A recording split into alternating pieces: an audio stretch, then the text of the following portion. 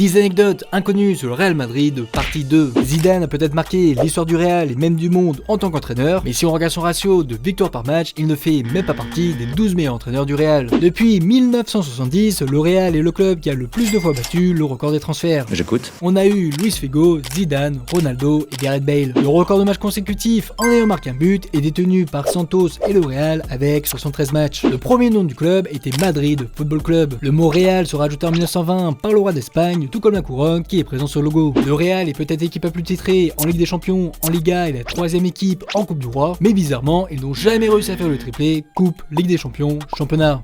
Si aujourd'hui l'enceinte du club a une capacité de 78 000 places, à l'époque, elle pouvait accueillir jusqu'à 124 000. Ah ouais, quand même. Et si tu te demandes pourquoi cette diminution, c'est tout simplement lié à l'augmentation de la sécurité, à la modernisation des stades et surtout à la suppression des places debout. En 2010, le club frappe les esprits avec le transfert le plus ridicule de l'histoire, la vente de Marcos Lebar pour 100 €. Le mec valait quand même moins qu'une PS5. Ronaldo est le seul buteur de l'histoire du club à avoir eu le Golden Ratio, c'est-à-dire d'avoir marqué plus de buts que de matchs joués. C'est fou, c'est fou. Raoul, le joueur le plus capé de l'histoire du club, n'aurait jamais dû jouer au Real.